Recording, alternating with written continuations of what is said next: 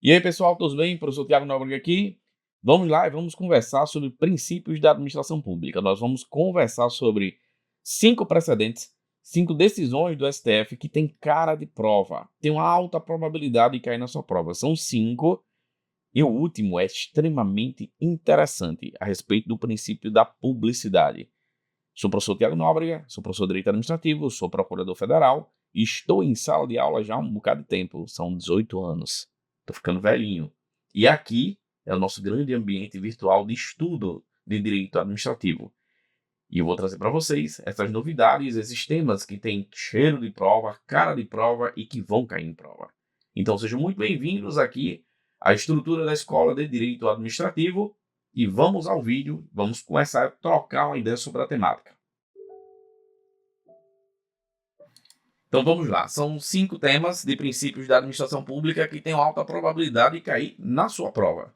Então aqui o que nós temos são 5 princípios que foram aqui olhados e observados pelo Supremo Tribunal Federal. E vamos aqui ao primeiro deles, que é a restrição de gênero em concurso público para carreiras militares. Decisão essa de 2024, ou seja, desse ano. Essa decisão é uma decisão que ela está na primeira linha, na linha de frente aqui das decisões do Supremo referente à igualdade e equidade de gênero. O que é que acontece? Qual o problema que gira em torno daqui dos concursos das carreiras policiais? O problema ele gira em torno na seguinte equação.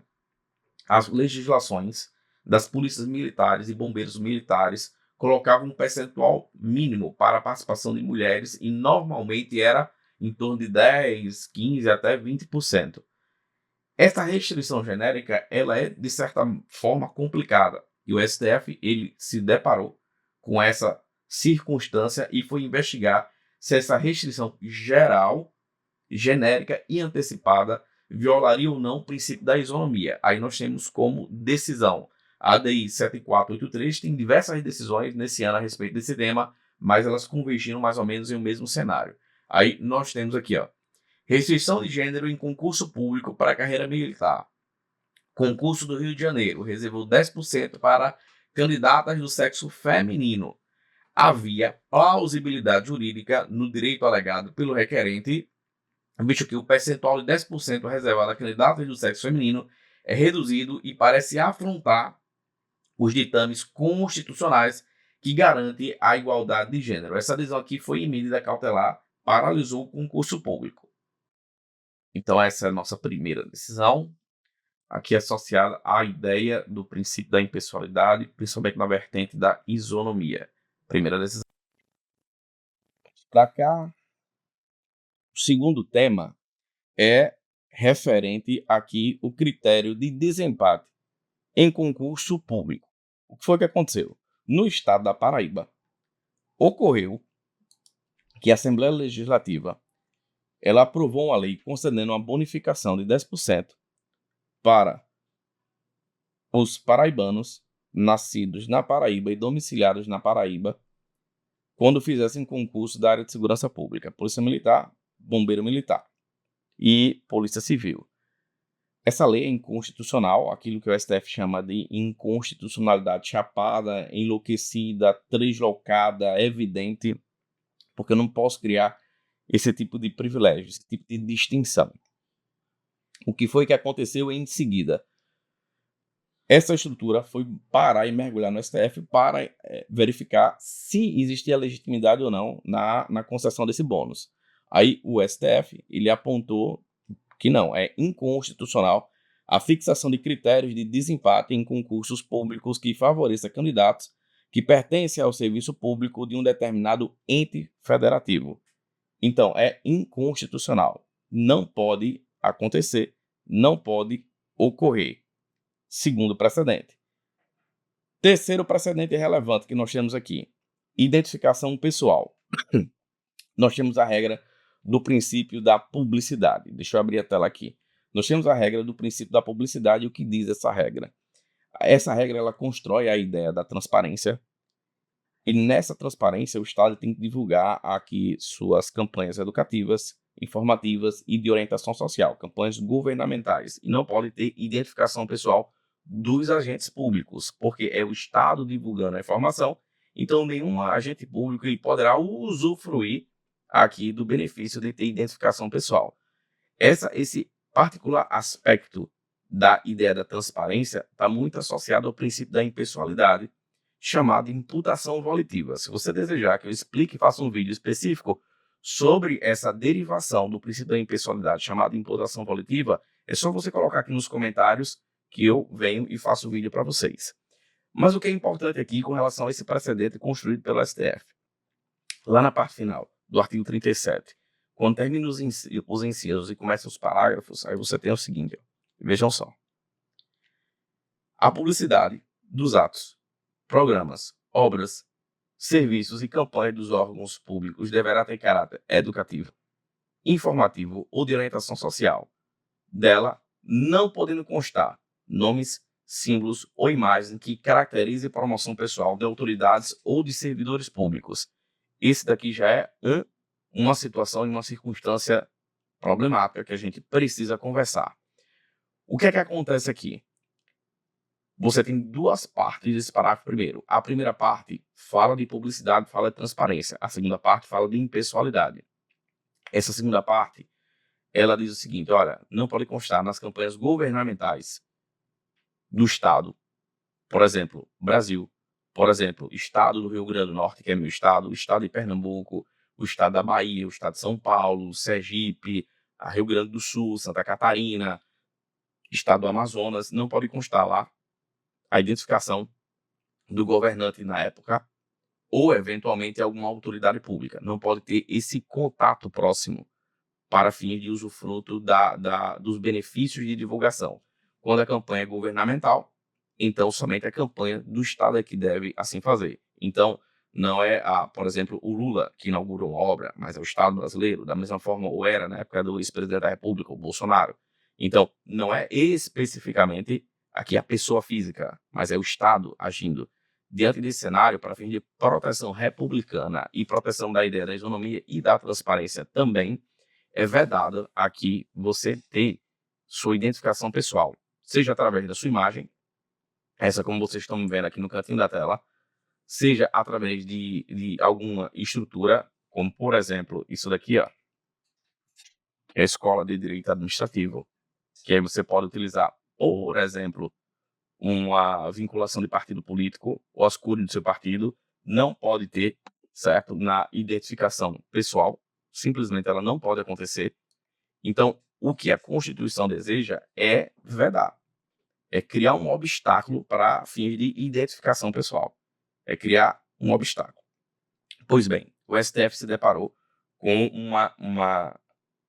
um caso que foi parar lá para fins de julgamento, que era o seguinte, o Distrito Federal ele regulamentou esse parágrafo primeiro, dizendo quando, como e onde caracterizaria aqui identificação pessoal e quando não caracterizaria. Aí, a primeira pergunta, será que esse parágrafo primeiro ele pode ser regulamentado pelos estados da federação? E o STF já apontou dizendo que não. E um outro problema, que esse problema é o problema que vai despencar em prova de concurso e você tem que tomar cuidado. Qual é o problema? É o seguinte, e o parlamentar que está divulgando as ações do seu mandato? Sou Tiago Murilo, sou deputado federal, eu iniciei um projeto legislativo para criar cotas para concurso público para quem tem filhos. Então, eu quero divulgar essa ação. E ao divulgar essa ação, eu estou identificando pessoalmente o parlamentar Tiago. Será que isso viola ou não viola o parágrafo 1º do artigo 37 da Constituição Federal? E aí você tem isso daqui, ó. Adesão do STF. Está em desconformidade com a Constituição Federal a previsão contida na Lei Orgânica do Distrito Federal que autoriza que cada poder defina, por norma interna, as hipóteses pelas quais a divulgação de ato, programa, obra ou serviço público não constituirá promoção pessoal. Essa delegação conferida viola o parágrafo 1º do artigo 37 da Constituição Federal, que não admite flexibilização por norma infraconstitucional ou regulamentar. Então, aqui o STF diz, olha, esse parágrafo 1º ele não pode ser regulamentado. Ponto. Segunda circunstância na decisão, e essa aqui é muito importante. Veja só o que tem. É-lhes conferir interpretação conforme a Constituição ao parágrafo 6º do artigo 22 da Lei Orgânica do Distrito Federal para que a divulgação de atos de iniciativa de parlamentares seja tida como legítima apenas quando efetuado nos ambientes de divulgação do mandatário ou do partido político, não se havendo de confundi-la com a publicidade do órgão público ou da entidade. Então, o parlamentar ele pode divulgar as ações do seu mandato? Pode. Emenda parlamentar direcionada para a construção de uma ponte, ações de iniciativa legislativa, atuação próxima da comunidade, ele pode divulgar isso com o dinheiro do mandato dele? Pode. Mas, segundo o STF, pode. Desde que seja nas ações do seu mandato ou no âmbito do partido político dele. O que não pode acontecer é ele, o parlamentar, estar nas campanhas governamentais. Aí não pode acontecer. Decisão extremamente interessante. Quarto precedente é a respeito da pensão, e aqui é associada à ideia da impessoalidade, do princípio da impessoalidade, bem como do princípio da isonomia. O que estava acontecendo? Alguns estados da federação estavam estabelecendo pensões e aposentadorias especiais para governadores e deputados estaduais. Então, as viúvas dos governadores, elas tinham uma pensão especial. E aí o STF disse que não pode conceder um benefício especial previdenciário somente pelo fato dela ser pensionista aqui de um determinado agente político. Aí olha a decisão do STF. Contraria a ordem constitucional vigente por se tratar de benefício incompatível com sua sistemática previdenciária e com os princípios republicanos e da igualdade, o pagamento de pensão especial a ex-detentor de cargo público e a seus dependentes. STF, plenário, ADPF 783. Então, não é legítimo, não é possível, aqui com a ordem sistemática e com os princípios republicanos e da igualdade, o pagamento de pensão especial a ex-detentor de cargo público e seus respectivos dependentes. Então, não é possível, esse é o precedente número 4. E vamos ao último e mais importante. Quinto precedente interessante é a respeito do sigilo e da transparência. Nós temos uma regra geral, uma regra republicana, referente ao princípio da transparência e publicidade, que eu já adiantei aqui para vocês ainda há pouco, que basicamente é referente à ideia de divulgação de informação. O Estado divulga a informação e é uma obrigação que o Estado tem para fins de prestar contas para toda a sociedade e viabilizar também fiscalização. É a ideia que nós temos a respeito da publicidade e da transparência. Acompanhe aqui comigo, que eu vou aqui escrever e a gente vai trocar uma ideia. Vejam só. Esse princípio aqui, o princípio da publicidade, ele tem duas consequências. A primeira consequência é a ideia da transparência.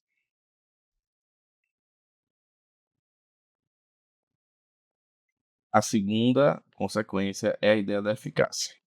Aqui eu não vou falar para o vídeo não ficar muito longo, tá? Isso aqui, se vocês quiserem, aí vocês comentem. E liga para o Sol, faz o vídeo.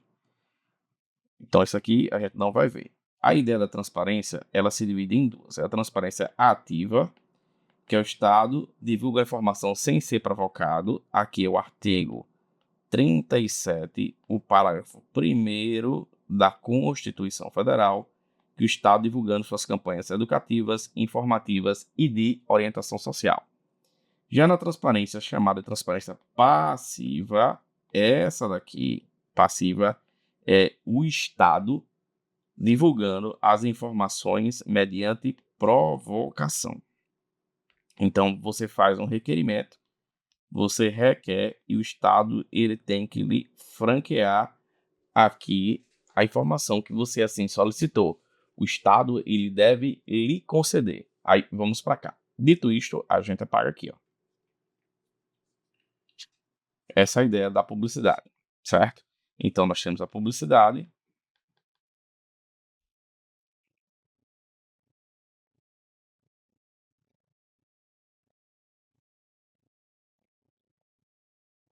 E essa publicidade, ela tem a ideia da transparência.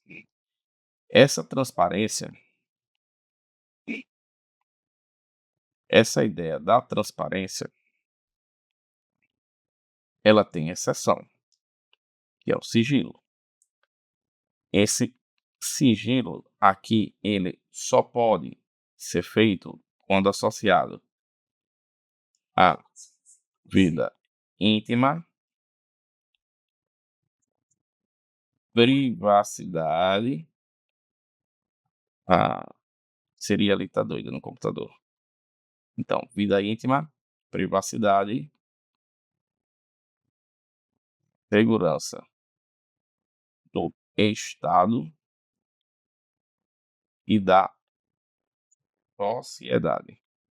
Então, aqui nós temos a informação, nós temos aqui a construção da possibilidade de sigilo, ou seja, que é quando o Estado ele não precisa divulgar informação. Sendo que nós temos o seguinte, ó, a regra é a transparência. O sigilo é a exceção. Então, a transparência é a regra e o sigilo é a exceção. Quando eu vou até mudar aqui de cor, quando aqui existir a necessidade de construção do sigilo, ele tem que ser específico e fundamentado. Significa dizer que restrições gerais e sem fundamento violam o princípio da publicidade na sua dimensão da transparência. E foi isso que o STF decidiu. Vamos para cá, deixa eu só mostrar para vocês. Olha só que grande decisão do STF. A DPF 872. O ato de qualquer dos poderes públicos restritivo de publicidade deve ser motivado, objetiva, específica e formalmente, sendo nulo os atos públicos que imponham genericamente e sem fundamentação válida e específica impeditivo do direito fundamental à informação. Essa decisão é extremamente recente e tem muito cara de prova. Muito cara de prova. Então, vamos aqui tomar, basicamente, cuidado com esses precedentes que eu assim estou trazendo para vocês, porque todos eles têm muito cara de prova. Muito cara de prova. Não esqueça de se inscrever no canal, de curtir esse vídeo, e eu vou deixar aqui embaixo, logo aqui embaixo, aqui um desafio, que é o desafio de leitura de estudo da Lei 8.112, para vocês acompanharem. Eu dividi a lei em 16 dias, para que vocês assim consigam fazer a leitura da lei em 16 dias. Eu dividi em 16 dias com os respectivos simulados. Então, vocês são convidados, é gratuito a participação do desafio e fiquem muito bem à vontade. Tranquilo? Cheiro no coração de vocês e até a próxima.